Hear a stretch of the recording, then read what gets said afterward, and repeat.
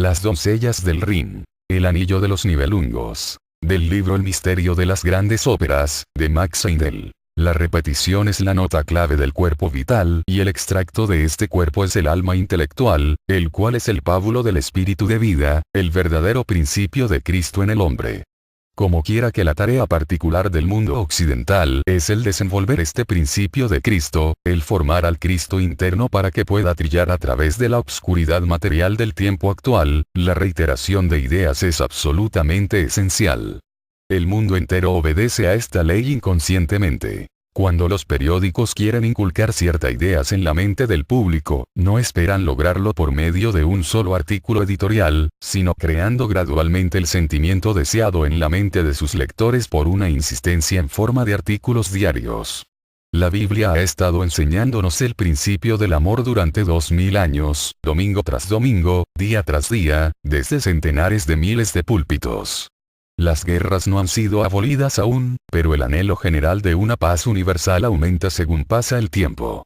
Estos sermones no han tenido más que un efecto muy ligero en cuanto se refiere al mundo en general. No importa cuán poderosamente se haya podido ver emocionado un determinado auditorio en tal momento, puesto que es el cuerpo de deseos que forma esa parte del hombre compuesto, la cual recibe en semejantes ocasiones una profunda impresión y es agitado por ella como consecuencia. El cuerpo de deseos es una adquisición posterior a la del cuerpo vital y, por ende, no está tan cristalizado, pero es más impresionable. Por ser de una textura más fina que el cuerpo vital, es menos retentivo y las emociones tan fácilmente generadas se disipan con igual facilidad. Cuando ideas e ideales se filtran en el cuerpo vital a través del aura envolvente, este sufre solo un ligero impacto, pero los efectos producidos por el estudio, sermones, conferencias o lecturas son de una naturaleza más duradera, y muchos impactos en la misma dirección, crean impresiones que son poderosas para el bien o para el mal según sea su naturaleza.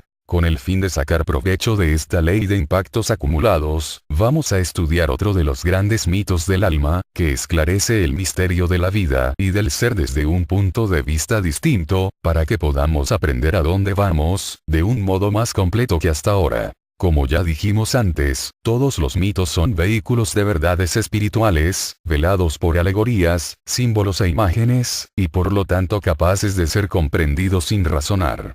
Lo mismo como los cuentos de hadas son un medio de instrucción para los niños, así estos grandes mitos fueron empleados para transmitir las verdades espirituales a la humanidad en su niñez. El espíritu grupo actúa sobre los animales por medio de sus cuerpos de deseos, creando imágenes que dan al animal la sensación y la sugestión de lo que debe hacer. Igualmente las imágenes alegóricas contenidas en los mitos, establecieron los fundamentos en el hombre para su desarrollo actual y futuro. De un modo subconsciente estos mitos actuaron sobre él llevándole al nivel donde está hoy día. Sin esta preparación, el hombre hubiera sido incapaz de efectuar el trabajo que actualmente está haciendo. En la actualidad, estos mitos están aún actuando para prepararnos para el futuro, pero algunas personas se rinden a su hechizo más que otras. El sendero de la civilización ha seguido la carrera del sol de este a oeste, y en la etérea atmósfera de la costa del Océano Pacífico estas imágenes místicas han palidecido tanto que casi no existen, y el hombre está en contacto con las realidades espirituales de una manera más directa. Más al este, especialmente en Europa, hallamos aún la atmósfera de misticismo meciéndose sobre la tierra. Allí la gente tiene cariño por los antiguos mitos, que le hablan de un modo incomprensible al hombre occidental. La vida del alma de los habitantes de las costas de Noruega, de las llanuras de Escocia, de los valles profundos de la selva negra de Alemania y de los montes altos de Suiza, es tan profunda y mística actualmente como hace 1000 años. Ellos están en contacto más directo con los espíritus de la naturaleza y con otras realidades fantásticas por medio de sus sensaciones íntimas, que nosotros que marchamos a la cabeza en el sendero de las aspiraciones por medio del saber directo. Si hacernos volver a nosotros estas sensaciones íntimas y las combinamos con nuestro saber, obtendremos una ventaja enorme. Vamos por consiguiente a tratar de asimilarnos una de las narraciones místicas más profundas del pasado. El anillo de los Nibelungos, el gran poema épico del norte de Europa.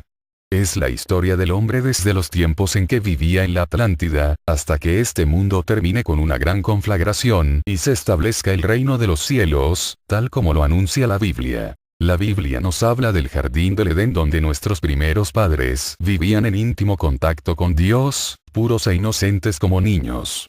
Nos cuenta cómo aquel estado de vida terminó y cómo la tristeza, el pecado y la muerte, empezarán a dominar en el mundo. En los mitos antiguos, como el anillo de los Nibelungos, se nos enseña también que la humanidad vivía entonces bajo condiciones semejantes de inocencia infantil. La primera escena de este drama de Wagner nos representa la vida debajo de las aguas del Rin, donde sus doncellas están nadando con un movimiento rítmico y con un cántico en sus labios imitando la danza armoniosa de las olas.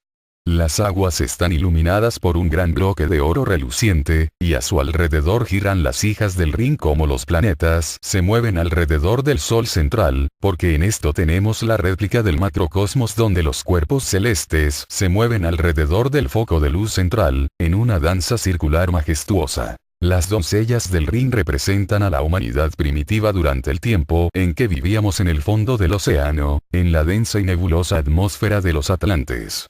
El oro que alumbra la escena al igual que el sol alumbra el universo solar, es una representación del espíritu universal que entonces se extendía como una nube sobre la humanidad. Entonces nosotros no veíamos todas las cosas tan claras y definidas como hoy en día percibimos los objetos, pero en cambio, nuestra percepción interna de las cualidades del alma de los otros era mucho más intensa que actualmente. El espíritu individual se siente como un ego y se califica a sí mismo como un yo, en absoluto contraste con todos los demás, pero este principio separatista no estaba aún en la mente de los hombres niños de la primitiva Atlántida. No teníamos ninguna conciencia de lo mío y lo tuyo. Nos sentíamos como una gran familia, como hijos del Padre Divino. No estábamos tampoco inquietos respecto a lo que comeríamos o beberíamos, igual que los niños de nuestros días no tienen que ocuparse de las necesidades materiales de la vida. El tiempo era para nosotros todo juego y jarana. Pero este estado de cosa no podía continuar porque así no hubiera existido evolución. Lo mismo que el niño crece para hacerse hombre o mujer y tomar parte en la lucha de la vida, así también la humanidad primitiva estaba destinada a tener que abandonar sus hogares en los Países Bajos y ascender a través de las aguas del Atlantes, cuando éstas se condensaron e inundaron las cavidades de la Tierra. La humanidad, en su evolución, entró entonces en las condiciones aéreas en las cuales vivimos ahora, tal como se contó de los antiguos israelitas que atravesaron el Mar Rojo, para entrar en la tierra prometida y de Noé, cuando abandonó su tierra natal así que las aguas de la inundación bajaron. El mito del norte nos cuenta esto mismo de otro modo, pero aunque el aspecto exterior sea distinto, los puntos esenciales de la narración explican las mismas ideas esenciales. En el jardín del Edén, nuestros padres primitivos no pensaban por cuenta propia, sino que obedecían sin replicar todas las órdenes que recibían de sus instructores divinos, como un niño en los primeros años de su vida hace lo que desean sus padres, pues no tienen conciencia de su persona. Le falta la individualidad. Esta, según el cuento bíblico, fue obtenida cuando Lucifer les infundió la idea de que podrían muy bien convertirse en seres como los dioses y conocer el bien y el mal. En el mito teutónico se cuenta que Albérico, uno de estos hijos de la niebla, Niebel es niebla, es hijo, así fueron llamados porque vivían en la atmósfera nebulosa de los Atlantes, codiciaba el oro que lucía con tanto brillo en el Rin. Le habían dicho que el que se apoderase del oro y le diera la forma de un anillo, adquiriría el poder de conquistar al mundo y de dominar a todos los demás que no poseían este tesoro. Por consiguiente, él se fue a nado hasta la gran roca donde estaba el oro, lo cogió y subió rápidamente a la superficie, perseguido por las doncellas del Rin que estaban desconsoladas por la pérdida de su tesoro. Cuando Albérico, el ladrón, hubo llegado a la superficie del agua, oyó una voz que le decía que nadie podría dar al oro la forma de anillo como requisito para dominar al mundo, salvo por un perjuro al amor, lo cual hizo él enseguida y desde aquel instante empezó a privar a la tierra de su tesoro y a satisfacer su deseo de riquezas y poder. Como queda dicho, el oro, tal como estaba depositado en su estado informe encima de la roca del Rin, representa al espíritu universal que no es de la propiedad exclusiva de nadie, y Alberico simboliza al más avanzado tipo de la humanidad, que se veía empujado por el deseo de conquistar mundos nuevos. Estos individuos eran los primeros que fueron provistos de almas por el espíritu interno y emigraron a la parte montañosa. Pero hallándose ya en la atmósfera clara del mundo ario, tal como lo conocemos hoy, se reconocieron clara y distintamente como entidades separadas. Cada uno se daba cuenta de que sus intereses eran distintos de los demás y de que para tener éxito en este mundo tenía cada uno que conquistarlo para sí mismo con su propio esfuerzo. Tendrían que cuidar de sus intereses sin tener en cuenta los de los demás. De este modo el espíritu trazó un anillo alrededor de sí mismo y todo lo que estaba dentro de él era yo y mío, es decir, un concepto que le hacía antagónico a los otros. Por consiguiente, a fin de formar este anillo y guardar un centro separado, se vio forzado a hacer perjuro al amor. Así solamente, y de ningún otro modo, podía desatender los intereses de los demás, para prosperar él mismo y dominar al mundo. Sin embargo, Alberico no está solo en su deseo de trazar un anillo alrededor de sí mismo, para obtener poderes. Como arriba, es abajo y viceversa, dice el axioma hermético. Los dioses están también evolucionando. Ellos tienen aspiraciones para obtener más poder, un deseo de trazar un anillo alrededor de ellos, porque la guerra existe lo mismo en los cielos que en la tierra. Distintos cultos tratan de dominar las almas de los hombres, y sus limitaciones están igualmente simbolizadas por anillos. Del libro El misterio de las grandes óperas, de Max Heindel.